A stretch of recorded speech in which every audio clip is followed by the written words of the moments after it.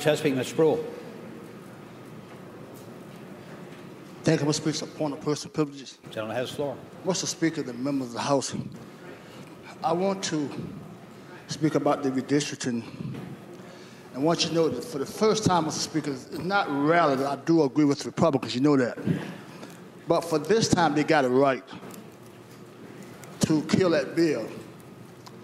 And I will vote with them every time. Talking with Delegate Chris Jones, Mr. Speaker, in 2000, when we drew the line, 2001 or whatever it was, and I was with Delegate Chris Jones. So you would know, Mr. Speaker, my favorite delegate is John Cosgrove. The rest of y'all I can put up with.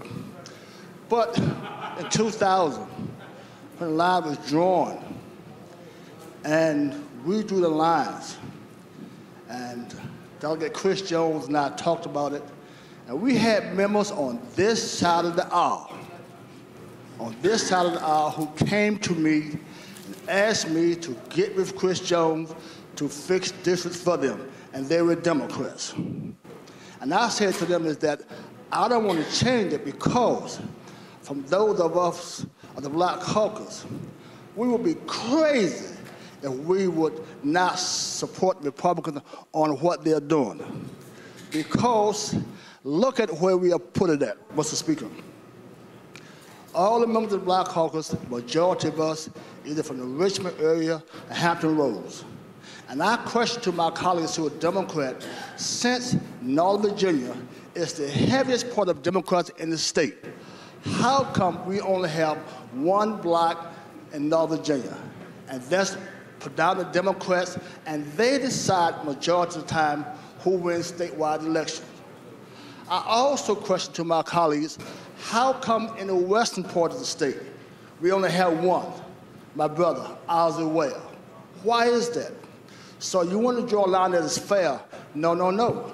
And I remind my colleagues, I have on my wall, 1800s, a group of 9 blacks who were elected 1 year.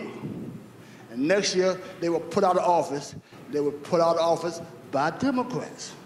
So what I'm saying to my colleagues, don't fall for it, is that we have a safe district, and if you divide us up, I don't care what you say, is that we have to protect the district, and I do applaud the Republicans for one time looking out for black folks. Y'all do that right.